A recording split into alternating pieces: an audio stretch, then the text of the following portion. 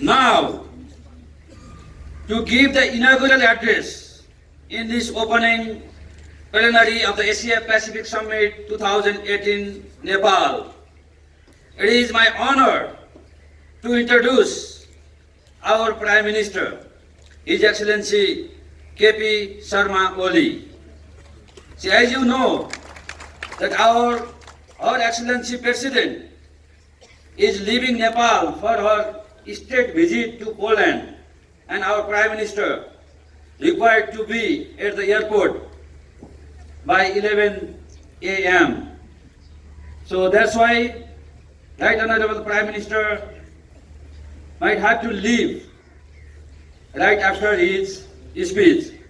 So Excellencies, dignitaries, ladies and gentlemen, let's welcome Right Honorable KP Sharma Olli, the Prime Minister of the Federal Democratic Republic of Nepal, for the inaugural address.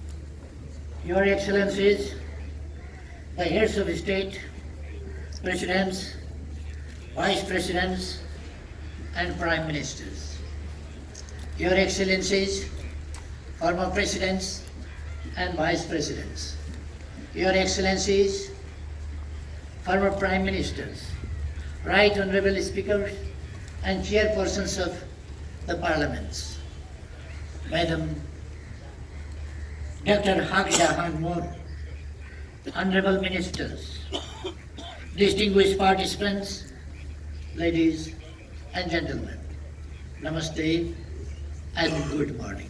Morning.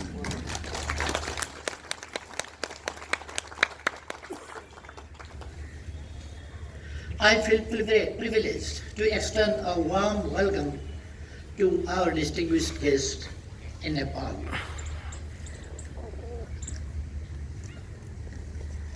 The land of Sagarmatha and Buddha. I am impressed by the gracious presence of so many important political leaders and eminent personalities from various countries in this summit. I wish you a productive and enjoyable stay in Nepal. Distinguished guests, today we stand at a critical juncture in the history of mankind as we face several critical and sensitive issues at local, national, regional, and global levels. The scientific and technical revolutions over the past several centuries have significantly empowered human beings, treating or eradicating diseases of many kinds, enabling most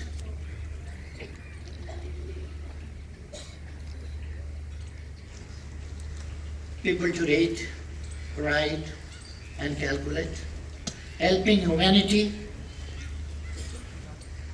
to communicate better and faster, and making it possible for human beings to live better, healthier, and longer lives.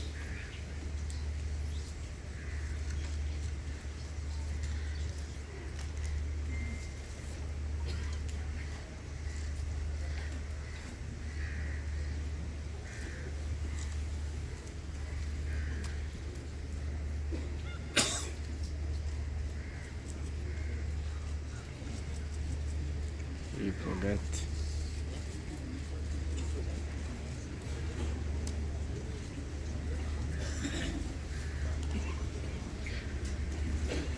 The unprecedented achievements in biology, information, transport, and communications, and agricultural technologies and space science have delivered to us the fruit of human dignity as never before. Today is one of the most peaceful period in world history. As international trade, cross-cultural interactions and technological innovations drive the global society much more deeply than anything else. By resolving many intractable global problems, we, the people of the 21st century, have indeed succeeded in improving the quality of life of people across the world and enable humanity to look forward to even better times to come. Yet, numerous challenges and festering problems still continue to bedevil us and warrant our urgent attention. Poverty, illiteracy, and many infectious diseases may have subsided, but they continue to beset and beleaguer the lives of millions of people across the world. In addition, the world continues to reel from the adverse impacts of climate change, natural and man-made disasters, and terrorism. Indeed, nothing worries us more than the deteriorating condition of the planet and rapidly degrading environmental sustainability. Climate change cannot be treated simply as a development challenge.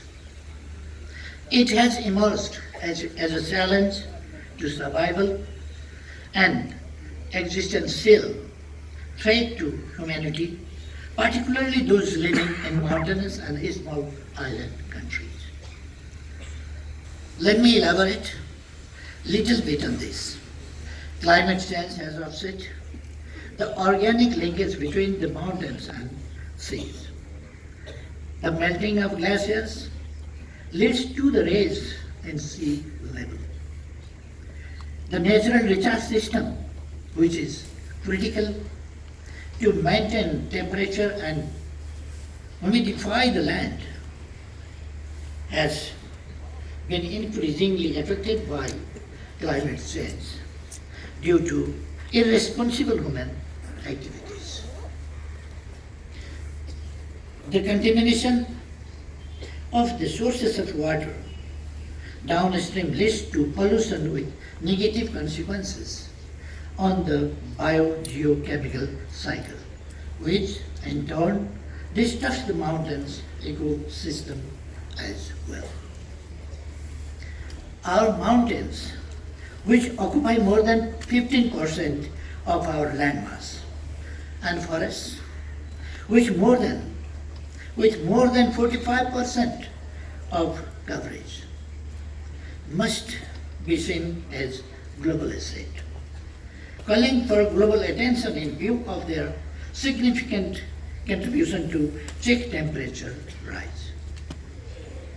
The mountains help keep air cool throughout the year and or in all seasons below -50 degrees Celsius.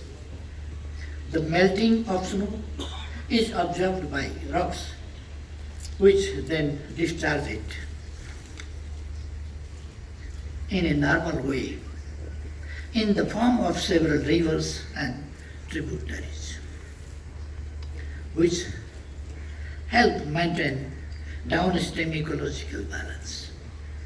Likewise, forest contribution in carbon sequestration is equally important.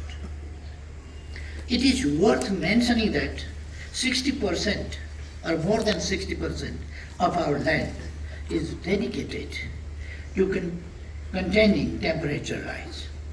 In this way, the contribution of both of our mountains and forests in maintaining environmental sustainability in a natural way is matchless.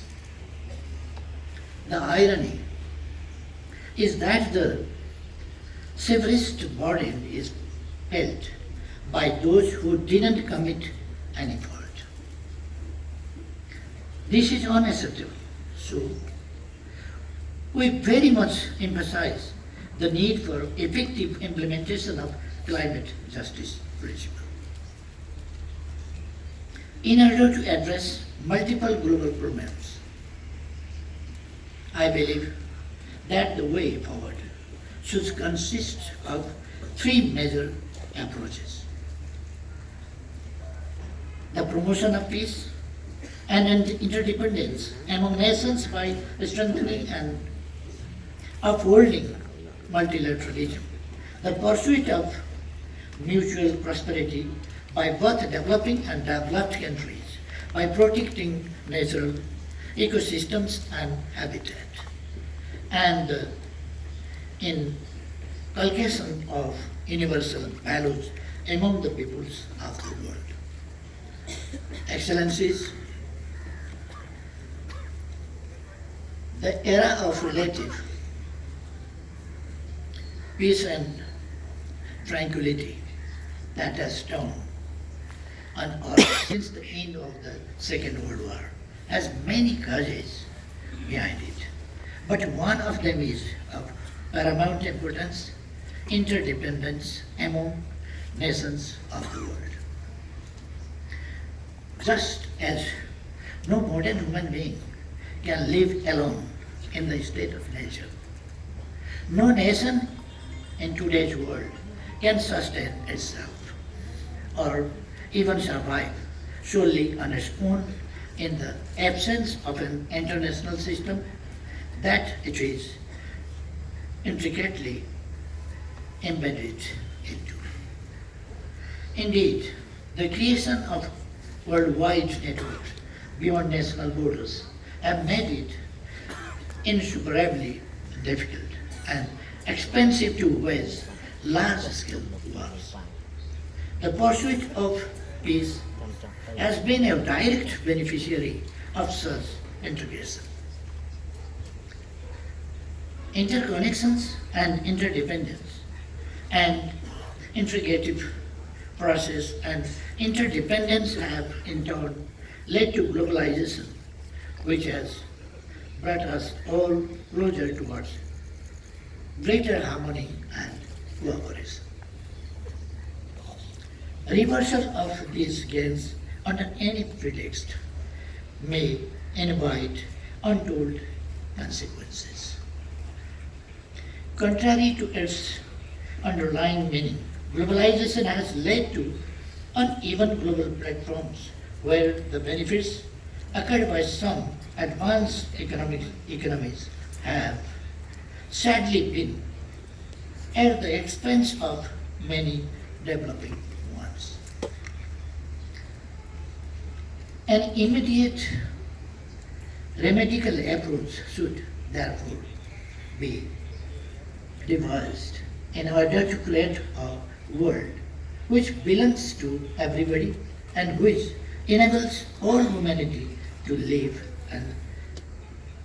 of peace, life of peace, harmony, and prosperity. For attaining the goal of universal peace and harmony, the pursuit of mutual prosperity is the path that countries rich and poor ought to work together. For ensuring mutual prosperity, we need to forge active partnership between governments, the private sector, and diverse social groups.